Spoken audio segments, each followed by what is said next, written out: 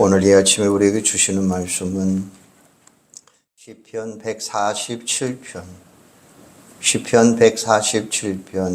1절에서 7절입니다. 시편 147편 1절에서 7절입니다. 할렐루야. 우리 하나님을 찬양하는 일이 소남이요 찬송하는 일이 아름답고 마땅하도다. 여호와께서 예루살렘을 세우시며 이스라엘의 흩어진 자들을 모으시며 상심한 자들을 고치시며 그들의 상처를 싸매시는도다. 그가 별들의 수요를 세시고 그것들을 다 이름대로 부르시는도다. 우리 주는 위대하시며 능력이 많으시며 그의 지혜가 무궁하시도다. 여호와께서 겸손한 자들은 붙으시고 의인들은 땅에 엎드려 드리시는도다. 감사함으로 여호와께 노래하며 수금으로 하나님께 찬양할지어다. 아멘. 할렐루야. 감사합니다. 2024년 새해 첫 주일에 주님의 전에 나와서 예배 드리려고 있는 여러분 모두에게 하나님의 놀라운 은혜와 축복이 강권적으로 넘쳐 흐르시기를 주님의 이름으로 축복합니다. 우리 한번 다시 한번 2024년 새해 첫 주일에 우리 옆 사람과 다시 한번 인사 나누도록 하겠습니다. 새해 복 많이 받으세요. 또 한 번 더 하도록 하겠습니다. 새해 꼭 승리하시기 바랍니다. 할렐루야. 지금 우리는 과학이 고도로 발달한 시대 속에 살아가고 있어요. 오늘날 현대인들은 많은 외로움과 고독 속에 살아가고 있습니다. 우리 주변은 매우 바쁘고 복잡합니다. 그러나 항상 가슴은 외롭습니다. 많은 문화적인 혜택을 누리고 살아가지만 생활에 대한 두려움, 환경에 대한 두려움, 건강에 대한 두려움, 이런저런 두려움 속에 우리는 살아가고 있습니다. 또 현대인들은 능숙하고 세련된 생활 습관과 다양한 지혜와 지식을 쌓으면서 살아가고 있지만 그런 자신의 삶을 지키고 유지하기 위해서는 부단한 노력이, 지혜가 필요한 시대 속에 살아가고 있습니다. 그래서 남모르게 스트레스를 받고 있고 고통받고 있고 외로움 받고 있고 고독 속에 살아가고 있다는 거예요. 한없이 즐겁고 행복한 것 같지만 내면을 돌아보면 다 삶의 아픔과 고통을 느끼면서 살아가고 있어요. 겉으로 보기에는 평화로워 보이지만 다 말 못할 사정이 있고 아픈 마음을 가지고 있습니다. 그 상처가 바로 마음의 상처라는 거죠. 겉으로 드러나는 상처는 치료하면 되지만 마음의 상처는 더 고통스럽고 치료하는 것도 굉장하게 힘들고 어렵습니다. 그런데 오늘 말씀해 보니까 마음의 상처를 입은 사람들에게 주시는 기쁨의 소식이 있습니다. 그것은 하나님께서 우리의 상처난 마음을 싸매시고 고치시고 치료해 주시겠다라는 말씀이에요. 상심한 자들을 고치시며 그들의 상처를 싸매시도다라고 말씀합니다. 여기서 상심한 자라고 하는 이야기는 마음에 상처가 있는 사람을 의미하는 거예요. 그런 사람들을 하나님께서 싸매시고 고쳐주신다는 말씀이죠. 이게 오늘 본문의 핵심이고 주제의 결론입니다. 오늘 말씀의 내용은 이스라엘 백성들이 하나님 앞에 죄를 범함으로 말미암아 하나님께서 그들을 이방 나라의 포로로 끌려가게 됩니다. 이 상 속에서 그들이 뭘 바라고 있습니까? 그들의 삶은 비참한 삶, 지도자가 없고 갖추어진 조직도 없고 앞날도 불투명합니다. 언제 어떻게 될지 모르는 상황입니다. 하루하루 무사히 지나가면 그것이 최고의 삶이었습니다. 미래에 대한 희망도 기쁨도 없었습니다. 새벽까지 일어나서 별이 보이는 밤중까지 하루 종일 중노동을 해야 하는 삶이었습니다. 우리가 언제나 다시 자유롭게 살 수 있을까? 우리가 언제 마음껏 찬송하며 살 수 있을까? 그들의 앞날은 까마득했습니다. 그런데 이런 지긋지긋한 포로 생활이 끝나고 다시 본토로 돌아오게 됩니다. 해방되고 나라를 찾고 모두가 자유를 얻었어요. 고국에 돌아와서 바라는 밤하늘의 별은 똑같이었지만 그 마음은 여전히 표현할 수 없는 허전함이었습니다. 하나님은 하늘의 별들이 다 헤아려시고 그 이름 하나하나 부르시는 하나님이시라고 고백하는 이 노래가 바로 오늘 우리들에게 주시는 내용이에요. 하나님은 모든 것을 다시 회복시켜 주시겠다고, 그 약속대로 이루어 주시겠다라고 우리에게 선포하고 계십니다. 그래서 시편 기자가 회복시켜 주시는 하나님을 찬양하는데 1절에 보면 할렐루야, 우리 하나님을 찬양하는 일이 선함이요 찬송하는 일이 아름답고 마땅하도다라고 말씀해요. 모든 영광 하나님께 돌리고 있습니다. 이렇게 찬양하는 것이 우리들에게 지극히 당연하다는 거예요. 2절에 보면 무너진 예루살렘이 다시 세우시고 흩어졌던 이스라엘 백성들을 다시 모으신다라고 말씀하고 있고, 3절에 보면 상심한 자들을 고치시며 그들의 상처를 싸매어 주시겠다라고 말씀하셔요. 사랑하는 여러분, 포로로 끌려가 있는 동안 그들이 마음에 얼마나 많은 상처를 받았겠습니까?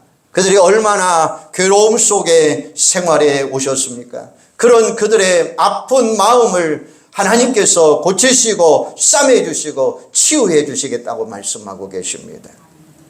마태복음 12장 20절에 보면 상한 갈대를 꺾지 아니하시며 꺼져가는 심지를 끄지 아니하시기를 심판하여 이를 때까지 하리라 라고 말씀하셔요.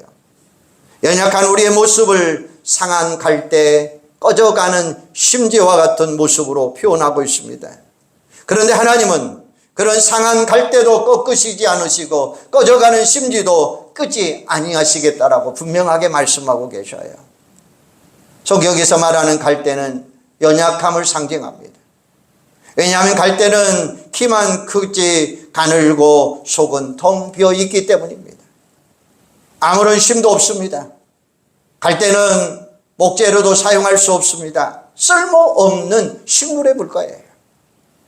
바람이 불면 이리저리 흔들리고 정말 나약한 존재들입니다. 그래서 우리 인간의 연약한 모습을 가리켜서 갈대와 같다 이렇게 표현한 거예요. 여러분, 세상은 상한 갈대를 고치거나 싸매어 주기보다는 오히려 그냥 꺾어버리는 모습입니다. 또 꺼져가는 심지를 기름 붓고 다시 사용하는 것이 아니라 오히려 꺼트려 버리는 것이 세상입니다. 상한 자는, 강한 자는 살아남고 약한 자는 버림받는 것이 세상입니다. 하지만 하나님은 상한 갈대를 꺾지 아니하시고 오히려 고쳐주시고 싸매어 주시겠다고 말씀하셔요. 꺼져가는 등불도 절대로 끄지 아니하시고 다시 기름을 부어 살게 해주시는 하나님이라고 말씀하고 계십니다.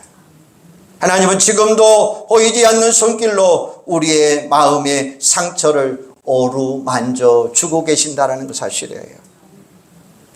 시편 38편 다윗이 병들어서 고통 가운데 이런 시를 씁니다. 하나님, 나는 성한 곳이 하나도 없습니다.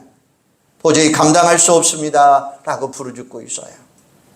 하나님께서 꺼져가는 등불 같은 다윗을 하나님은 버리지 않았습니다. 상한 갈대와 같은 다윗을 결코 포기하지 않으셨습니다. 오히려 그를 고쳐주시고 그의 마음에 합당한 그릇으로 주님은 그를 삼아 주셨다는 것입니다. 엘리야 선지자도 아합과 이세벨의 칼날을 피해 도망치다가 노뎀나무 밑에 앉아서 인생의 좌절을 경험하게 됩니다. 그때 엘리야가 하나님 차라리 나를 죽여주세요 라고 하면서 하나님 앞에 탄식합니다. 꺼져가는 등불처럼 되어버렸습니다. 그런 엘리야를 하나님께서 결코 외면하시거나 버리지 않았어요. 까마귀를 통해서 먹을 것을 공급해 주셨습니다. 물을 마시게 했고 떡을 먹게 했고 다시금 힘을 얻도록 도와주셨어요. 그리고 그에게 새로운 꿈과 비전을 주시고 소망을 주시고 맡은 사명을 잘 감당할 수 있도록 인도해 주셨어요. 다윗과 함께 해주시고 엘리야와 함께 해주셨던 하나님은 오늘도 여러분과 함께 하시는 줄로 믿습니다. 하나님께서 오늘 여러분의 마음에 있는 상처를 싸매주시고 고쳐주시고 치유해 주신다는 사실을 분명히 믿는 여러분들이 되기를 주님의 이름으로 소망합니다. 4절은 이렇게 말합니다. 그가 별들의 수요를 세시고 그것들을 다 이름대로 부르시도다 라고 말씀했습니다. 여러분, 누가 별을 헤아릴 수 있겠습니까? 오늘 본문에 보면 그가 라고 이야기했어요. 여기서 그는 하나님을 가리키는 말씀이에요. 하나님께서 별들의 수를 다 세고 계신다는 말씀이에요. 런던 대학의 우주학자, 물리학자인 보이드 박사는 이렇게 말합니다. 사람이 육안으로 볼 수 있는 별의 숫자가 약 10만 개 정도 본다는 거예요. 그리고 최신 전자망원경으로 보면 한 은하계 안에서 볼 수 있는 별의 수가 무려 2천억 개나 보인다는 것입니다. 상상을 초월할 정도로 수많은 별들이 있는데 그 많은 별들을 우리 하나님이 다 세심받는다라고 말씀하셔요. 하나님은 오늘 5절 말씀대로 표현하면 위대하시고 능력이 많으시고 지혜가 무궁무궁하신 하나님이 되시는 줄로 믿습니다. 뿐만 아닙니다. 시편 147편을 쭉 읽어보면 모든 자연계와 동물들과 식물들을 주관하시는 것이 하나님이라고 말씀해요. 오류가 내리고 구름이 덮이고 비를 멈추게 하는 일이 누가 하느냐? 하나님이 주관하신다라고 말씀하셔요. 산과 들에 싱싱하게 자라 열매를 맺는 초목의 배후에도 생육하시는 하나님의 놀라운 역사가 있고 있다는 거예요. 심지어 들짐승과 우는 까마귀 새끼까지도 먹을 것을 공급하시는 분이 우리 하나님이셔요. 하물며 우리를 사랑하시고 귀하게 여겨주시고 필요를 채워주시고 아픔과 상처를 싸매어 주시지 않겠느냐라는 말씀이죠. 그러므로 자연계를 섭리하시고 우주를 다스리시는 하나님을 믿는다면 자녀인 우리 또한 사랑으로 돌봐주시고 하나님을 분명하게 믿는 여러분들이 되기를 주님의 이름으로 축복합니다.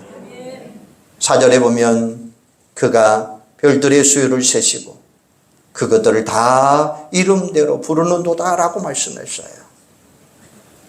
이 말씀은 굉장하게 깊은 뜻이 있습니다. 그 뜻은 먼저 우리를 소중하게 여기신다라는 말씀이에요. 여러분도 뭔가 헤아려 본 경험이 있을 것입니다. 가치가 없는 것을 우리는 잘 헤아리지 않습니다. 잘 쳐다보지도 않습니다. 하지만 내가 아끼고 내가 소중하는 것 여러분 어떻게 생각하십니까? 꺼내서 보고 또 보고 또 보고 자꾸 보는 게 소중한 것이죠. 하나님이 별을 세신다라고 하는 이 말씀은 하나님이 우리를 소중하게 얼마나 소중하게 여기시는가를 보신다라는 말씀이에요.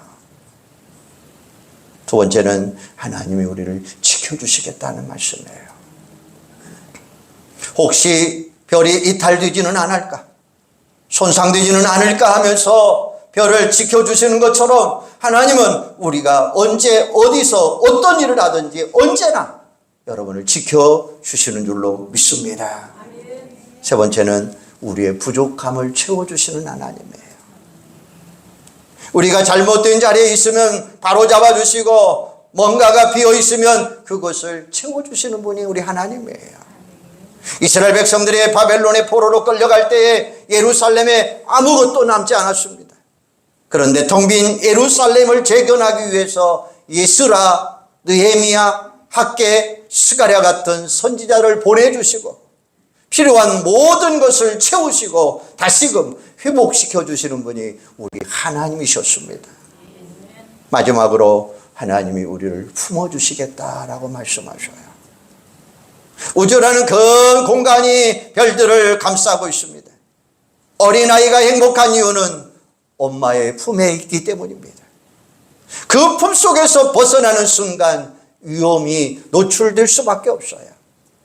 예수님께서 이렇게 말합니다. 암탉이 병아리를 품어주는 것 같이 내가 너희를 품어주려고 얼마나 노력하고 있는지 아느냐라고 말씀하셔요.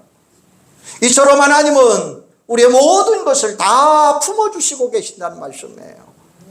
하지만 사람들은 품어주기보다는 밀어내기를 더 좋아합니다. 조금만 내 마음에 안 들면 용서하지 않습니다. 틀린 것이 있으면 참지 못합니다. 하지만 우리는 좀 부족하고 허물이 많아도 우리는 품어줘야 돼요.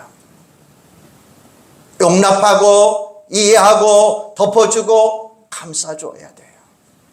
하나님은 저 우주에 있는 별들을 다 품어주시는 것처럼 부족하고 연약한 우리도 전능하신 하나님이 품어주실 줄로 믿습니다.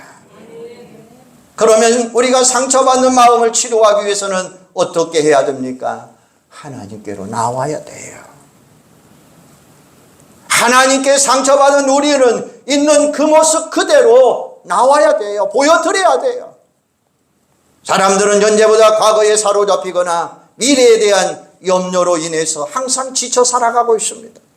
하지만 성경은 평안한 삶을 우리에게 소개해주고 있습니다. 그게 뭡니까? 모든 것을 하나님께 맡기라라고 말씀하셔요. 수고하고 무거운 짐진 자들아 다 내게 오라 내가 너희를 쉬게 하리라 라고 말씀합니다. 무엇을 먹을까 무엇을 마실까 무엇을 입을까 하지 말라. 그런 것들은 다 이방인들로 구하는 것이다. 너희 하나님께서 이 모든 것이 너에게 있어야 할 줄을 아신다. 그러므로 내일 일을 염려하지 말라. 내일 일은 내일 염려할 것이요 한날 괴로움은 그날에 족하리라 라고 말씀하십니다. 세상은 우리에게 많은 상처를 안겨줍니다. 그때 우리는 다른 사람들에게 나아가주는 상처를 어떻게 느껴야 되느냐? 정직할 필요가 있습니다. 고통스러운 현실을 인정하고 그것 때문에 내 마음이 참으로 아프다고 인정해야 됩니다. 그리고 하나님 앞에서 정직해야 됩니다. 사람에게 가서 풀지 마시고 하나님 앞으로 나가시기를 바랍니다. 하나님 앞에 내 마음을 정직하게 표현하는 여러분들이 되기를 바랍니다. 하나님, 지금 제가 너무나 힘이 듭니다. 하나님, 너무나 마음이 아픕니다. 괴롭습니다. 자존심이 너무 상합니다. 이런 제 마음의 상처를 치료해 주십시오 라고 기도하시기를 바랍니다. 그때 하나님이 다 보고 계시기 때문에 우리의 아픔과 우리의 고통을 아실 줄로 믿습니다. 알고 계시는 것만이 아니라 우리와 함께하고 아파하고 고통을 느낀다고 하는 말씀이에요. 오직 하나님만 우리의 상처난 마음을 회복시켜 주실 수 있습니다. 이런 경우에 세상 사람들은 누구에게 상할 수 없고 고통을 같이 나눌 수도 없고 문제를 해결해 줄 만한 사람도 없습니다. 하지만 우리는 그 문제를 하나님께 들고 나갈 수 있다는 사실이 얼마나 큰 은혜요 축복인지 모릅니다. 다윗은 자신의 죄를 하나님 앞에 회개하면서 이렇게 고백합니다. 하나님께서 구하시는 제사는 상한 심령이라. 하나님이여 상하고 동의하는 마음을 주께서 멸시하지 아니하시리로다 라고 말씀하셔요. 비록 나 때문에 상처를 받지만 상처받은 심령 그대로 하나님은 그 마음을 받아주시고 치료해 주시고 회복시켜 주시겠다고 말씀하셔요. 하나님은 의로우면서 교만한 사람보다 비록 죄인일지라도 겸손한 사람에게 기뻐하시고 즐거워하신다는 사실이에요. 사랑하는 여러분, 우리에게는 상처난 마음을 치료받을 수 있는 길이 있고 방법이 있습니다. 이게 바로 하나님 앞으로 나가는 것밖에 없어요. 진실로 거듭난 성도라고 한다면 우울증에 실려서도 안 되고 합병으로 고생당해서도 안 돼요. 하나님의 치유와 회복을 정말로 믿는다면 마음의 상처 응어리를 하나님 앞에 가지고 나가시기를 바랍니다. 하나님이 용서하라고 말씀하고 계십니다. 화해하고 서로 사랑하라고 말씀하고 계십니다. 어떤 문제가 되었든지 하나님 앞에 들고 나가시기를 바랍니다. 하나님은 모든 것을 허용하시는 분이십니다. 마치 하소연하듯이 우리가 마음을 쏟아내고 하나님이 다 받아주시고 고쳐주시고 싸매어 주시겠다고 말씀하셔요. 우리가 하나님 앞으로 나갈 때 하나님께서 우리의 마음을 어루만져 주시면서 우리가 어떻게 달라져야 하는가를 우리에게 말씀하고 계십니다. 시편 109편 6절에 보면 얼마나 놀라운 기도가 있는지 몰라요. 악인이 그를 다스리게 하시며 사단이 그의 오른쪽에 서게 하소서. 그가 심판받을 때에 죄인이 되어 나오게 하시며 그의 기도가 죄로 변하게 하시며 그의 연수를 작게 하시며 그의 직분을 타인이 뺏어가게 하시며 그의 자녀는 고아가 되고 그의 아내는 과부가 되고 그의 자녀들을 유린하며 구걸하고 그들의 황폐한 집을 떠나 빌어먹게 하소서라고 이야기합니다. 누군가가 너무나 미우니까 이렇게 기도합니다. 하나님, 저 사람 아내가 과부가 되게 하시고 저 자식들이 고아가 되게 하시고 저 가족들이 거지가 되어서 빌어먹게 하시고 더 나아가 저 집안의 씨를 말려서 아예 대를 끊게 하소서라는 저주의 기도입니다. 그런데 이 기도 누구의 기도인 줄 아십니까? 다윗의 기도예요. 하나님의 마음에 합한 사람이라고 하는 다윗이 하나님 앞에 드린 기도예요. 그리고 이런 내용이 성경 그대로 기록이 되어 있습니다. 무슨 뜻입니까? 상한 마음 그대로 하나님 앞에 내어놓았다는 거예요. 여러분, 하나님 앞에 다 아르셔요. 그렇다고 걱정하지 마시기를 바랍니다. 물론 그 기도의 내용은 절대로 이루어지지 않습니다. 하나님은 우리의 상한 마음을 받으시고 말같지 않는 기도의 내용을 다 잃어버린다는 사실이에요. 실제로 다윗은 사울왕을 죽이고 싶었습니다. 미워졌습니다. 실제로 사울왕을 죽일 수밖에 없는 그런 모습이었습니다.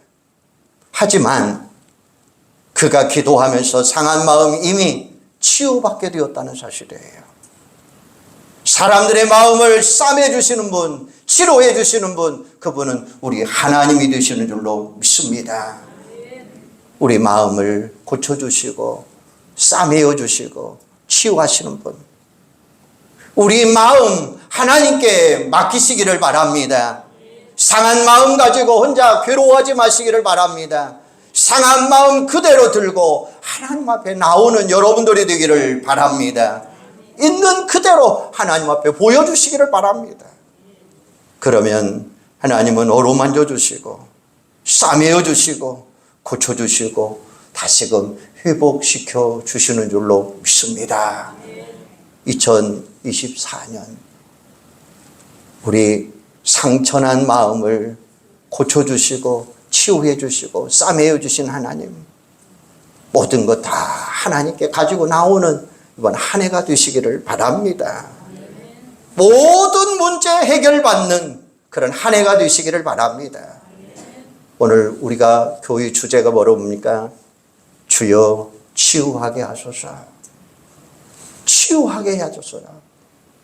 여러분들이 지금까지 안고 있는 모든 엉어리들이 2024년에 주여 치유하게 하소서. 정말로 주님을 통해서 치유받는 그런 한 해가 되기를 주님의 이름으로 축원합니다. 그러므로 인해서 여러분들에게는 평안함과 안식이 있는 그런 한 해의 축복이 있기를 주님의 이름으로 축원합니다. 기도하겠습니다. 하나님, 은혜와 사랑 감사합니다. 우리 있는 이 모습 그대로 주님 앞에 내놓습니다. 우리의 모든 것을 치유하시는 분은 하나님이 되시는 줄로 믿습니다. 아버지는 상한 갈 때도 걷지 아니하시고 꺼져가는 심지도 끄지 아니하셨다고 말씀하셨어요.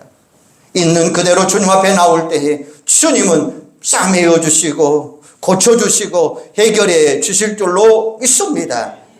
2024년 한 해는 주님이 싸매어 주시고 치유해 주시고 회복하심으로 인해서 평안함과 안식을 누릴 수 있는 그런 축복의 한 해가 되도록 하나님 영광 받아 주시옵소서.